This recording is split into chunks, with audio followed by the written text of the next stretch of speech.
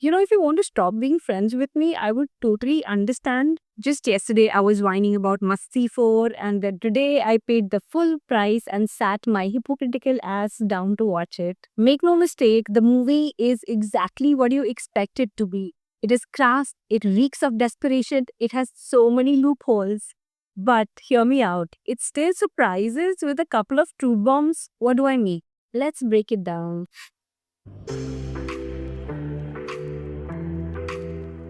Here's the thing.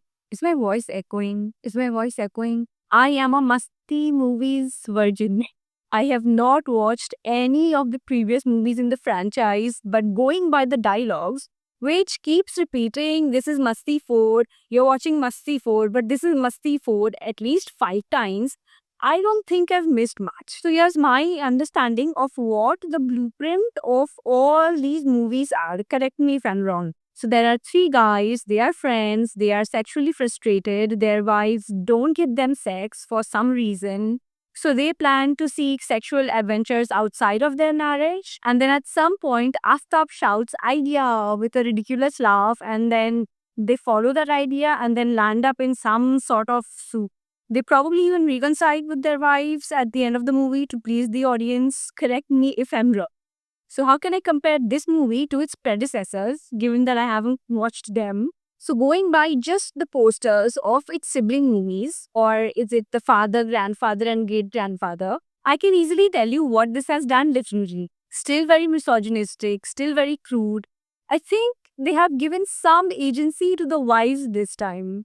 See, no hot men here, only semi clad, very beautiful ladies. The very thought of including physically attractive men who could serve as a distraction to the married women within the movie sort of makes the power balance a little less tilted. The standard the series has set is anyway so low that itna bhi chota sa difference is actually something to talk about.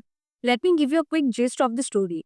As I said before, three men were married and well into their 40s, but somehow miraculously married two women who look like they are in their mid 20s.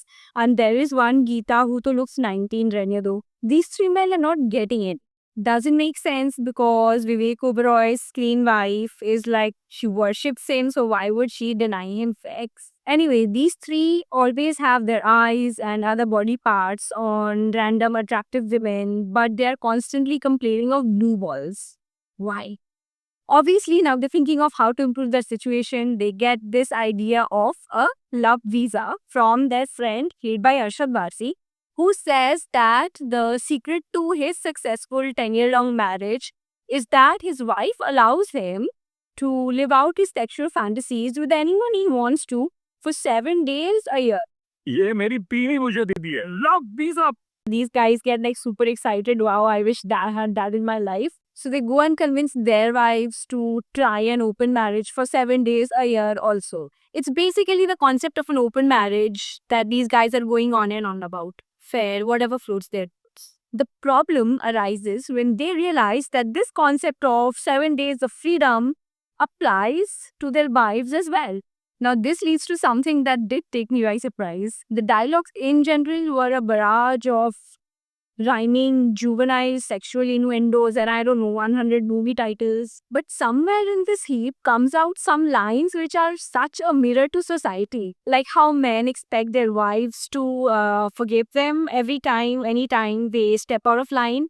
But if the roles were reversed, that would never be the case. Or the line about how men jump into bed without anybody, but women still have a standard. They still expect the guy to look good or be charming or, just not be anybody. And there's one that I particularly loved a lot where Aftab calls out this tendency people have to have a collective pride for an achievement that has been achieved by the efforts of just very few people. हमने चांद पे चंद्रायन पहुंचाया, हमने world cup जीता. हाँ भाई, क्या था आपका कंट्रीब्यूशन, बताइए जरा. Coming to the comedy aspect of it, I don't even know why it is called adult comedy, because the only people I could think of who would enjoy these jokes would be teenage boys.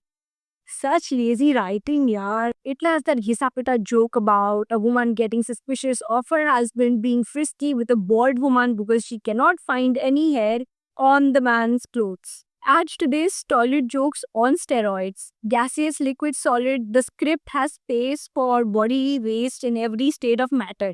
Oh, and the CGI animals and animal sex. This movie is already obsessed with animal sex. I'll tell you the genuinely funny part though. So these three ladies, they go to a beach, their husbands turn up there in disguises to be cock blocks, but that's not important. Just forget I said that. The first wife catches the attention of a ripped Sanskrit speaking man. Good for now, iska chalo, setting ho gaya. The second wife catches the attention of a ripped policeman. Good on her. Then suddenly there is this cameo by Tushar Kapoor, and I'm like, okay, whatever, whatever. I want to see who the third hot guy is. But then the third hot guy doesn't turn up because Tushar Kapoor is supposed to be the third hot guy. Why did this movie do that tall, beautiful woman dirty like that? All of them have names, by the way. No objectification here. Even pause and read it. General consensus is that Masti 4 is an abomination to comedy and cinema, and yet it is the best product of an industry that still thinks it can peddle vulgarity dressed as adult comedy. Normally, adults are expected to be smart with an evolved brain with enough intelligence to understand subtle humor and separate risque from crass. वैसा कुछ बनाओ next time. On the brighter side, unlike some movies that takes itself too seriously, Masti 4 knows exactly what it's doing. This movie achieves exactly what I think it set out to do from its very conception, which was to present a collection of crude, dumb sketches, show some beautiful women, nothing more, nothing less. It knows its lane and stays in it. It's stupid and weird, and that is exactly what it wanted to be. Everyone at the cast knew what they were doing, and I respect them for going through with it. Think about it. Vivek Oberoi is a very skilled actor.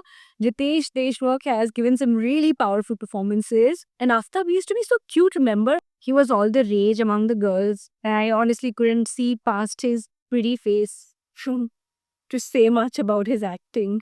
These three constantly pull weird faces, deliver stupid lines, and that's not because that's the limit of their caliber. They're just making easy money. They don't care if you're watching the movie. The filmmakers don't care if you're watching the movie. You're going to care if you're watching the movie. See, Masti 4 does not deserve any more discussion or analysis or examination. If you choose to buy the ticket, it's between you, your therapist, and whatever little intelligence you have left in your brain. The movie closes with the announcement of a Masti 5. I don't know if that was a threat or what, but yeah, I'm not watching.